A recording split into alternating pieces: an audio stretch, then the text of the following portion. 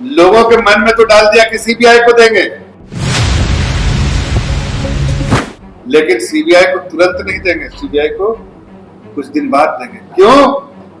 तब तक ये रिनोवेशन के नाम पर सारा सबूत जो है उसको नष्ट कर दिया जाएगा। और ये कौन कर रहा है? ममता बनर्जी, जिसको लोग दीदी कहते हैं। अब शर्म आता है दीदी कहते हुए।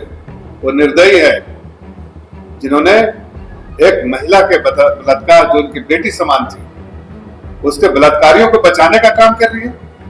आप देख रहे हैं केवल सच। भाजपा कार्यालय में किया गया प्रेस वार्ता। भाजपा के राष्ट्रीय प्रवक्ता श्री जफर इस्लाम ने आज भाजपा प्रदेश कार्यालय में प्रेस को संबोधित किया।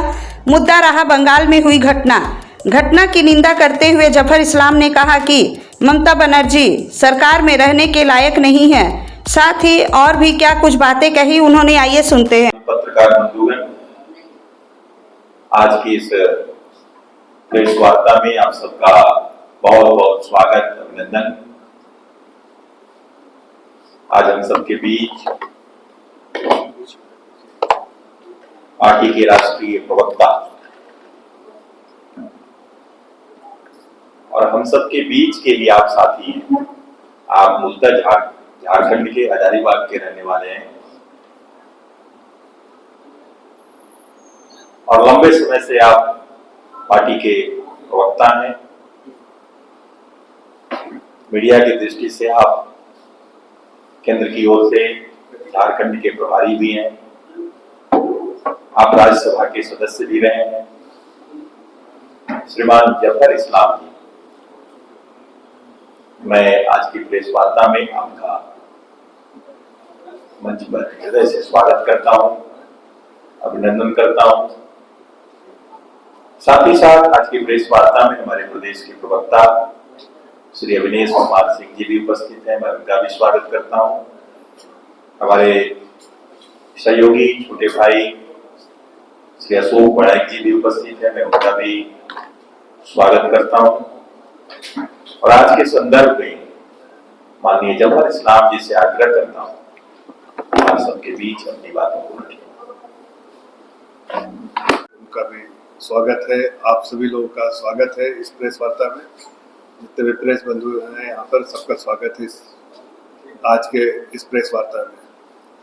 देखिए, आज बड़े भारी मन से, दुखी मन से, एक गंभीर मुद्दे पे आज इस प्रेस कॉन्फ्रेंस को कर रहा हूँ। जो देश एक विकसित देश बन रहा है, जो आत्मनिर्भर देश बन रहा है, जो देश विकास की ओर इतने तेजी से दौड़ रहा है, पूरी दुनिया में जिसकी चर्चा होती है, उस देश में अगर ऐसी इस मुद्दे पर चर्चा और प्रेस करे तो दिल कहीं ना कहीं भारी होता है, दुख होता है। पूरा देश कहता है बेटी बढ़ाओ, बेटी पढ़ाओ, बेटी को आगे बढ़ाओ, इस तरह के नारे देते हैं। और आदरणीय प्रधानमंत्री जी पूरे जीवन, जब से राजनीति में है और खासकर जब से मुख्यमंत्री रहे और प्रधानमंत्री जब से, उन्होंने पूरा समय जो है महिलाओं को एम्पावरमेंट के लिए, महिला सशक्तिकरण के लिए और उनके लिए कमिटेड रहे हैं और उस दिशा में बराबर काम किया है। लेकिन दुख के साथ कह रहा हूं, जिस प्रदेश में बैठा हूं या पड़ोसी प्रदेश पश्चिम बंगाल में, जहां बेटी पढ़ाओ की जगह वहां पर ऐसा है बलात्कारी बचाओ, और बलात्कार के बाद बेटियों को दम घोट दो, और उसके बाद जो पीड़ित है उसके परिवार के साथ दुर्व्यवहार करो, और जिसने जो अपराध किया है अपराधियों के साथ सरकार खड़ी रहे। ये जो नंगा नाच जो है वो हम सब पूरा देश देख के शर्मसार हो रहा है। आप सभी की जानकारी होगी कि आरजीकर मेडिकल हॉस्पिटल में जो कांड हुआ है, जो बलात्कार हुआ है, और बलात्कार करने के बाद, गैंग रेप करने के बाद जिस तरह से उस महिला का जो है हत्या, निर्मम हत्या की गई है, उसके बारे में कोई ऐसी बात नहीं कह सकते जिससे मतलब आंख में आंसू नहीं आए। हकीकत तो यह है कि जिसने भी ऑटोप्सी रिपोर्ट या फिर पोस्टमार्टम रिपोर्ट पढ़ी होगी, उसके आंखों से आंसू और खून के आंसू आ रहे होंगे, इसलिए कि पढ़ने के बाद कहीं ना कहीं मन जो है क्रोधित हो जाता है, इसलिए कि यह सिर्फ घटना ही नहीं है, कोई सामान्य घटना नहीं है। एक post graduate doctor, trainee doctor को जो 36 घंटे तक लगातार हॉस्पिटल में सेवा देने के बाद थोड़े देर के लिए आराम करने जाती है और उसके साथ बलात्कार होता है। बलात्कार के बाद जिस तरह से उसको पीटा जाता है, उसकी आंखों में खून जम जाता है, मतलब इस तरह से मारा जाता है कि चश्मे के शीशे जो है आंखों के अंदर चले जाते हैं। आप सोचिए ये सब कहाँ हो रहा है? हॉस्पिटल के परिसर में। जाहिर है ये ऐसे नहीं हो सकता जबकि अधिकारी वहां पर मिले ना। इस पूरे मामले में हाईकोर्ट ने प्रदेश की सरकार को आईना दिखाया है। जिस तरह से प्रदेश की सरकार, और मुझे दुख हो रहा है इस बात को कहने में, दुख शब्द भी सही नहीं, घृणा हो रही कहने में, उस प्रदेश की सरकार के मुखिया जो है मुख्यमंत्री ममता बनर्जी है, और होम मिनिस्टर कौन है? वो भी ममता बनर्जी है, और हेल्थ मिनिस्टर कौन है? वो भी ममता बनर्जी है। उसके बावजूद उस महिला के साथ, उस बच्ची के साथ, हमारी बेटियों के साथ, बेटी के साथ जो बलात्कार हुआ और निर्मम हत्या हुई, वो बिना साठ घाट के अधिकारियों के नहीं हो सकती। बड़ा क्राइम होने के बाद ममता बनर्जी का रोल जो है उससे वो पूरे तौर से बेनकाब हो गई। इतना निर्दयी होगी ममता बनर्जी, आखिर इसकी वजह क्या? आज पूरा देश शर्मसार हो रहा है कि इस देश में एक बार निर्भया का हुआ था, उसके बाद दूसरी ऐसी घटना हुई है जो बिल्कुल निर्भया की जैसी घटना है, उसी तरह के उसका मिरर इमेज है ये घटना। और एक महिला मुख्यमंत्री, महिला गृह मंत्री, महिला हेल्थ मंत्री, उसके अगुवाई में, उनके उस सरकार की अगुवाई में ये सारा कुछ हुआ। और सरकार ने क्या किया? जैसे ही ये अपराध के बारे में पता चला तो सरकार के सारे महकमे और खुद मुख्यमंत्री दो काम में लग गए। एक काम जिसमें वो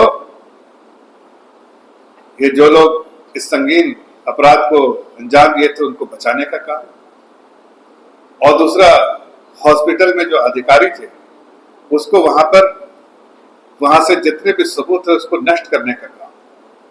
क्या आप सोच सकते हैं?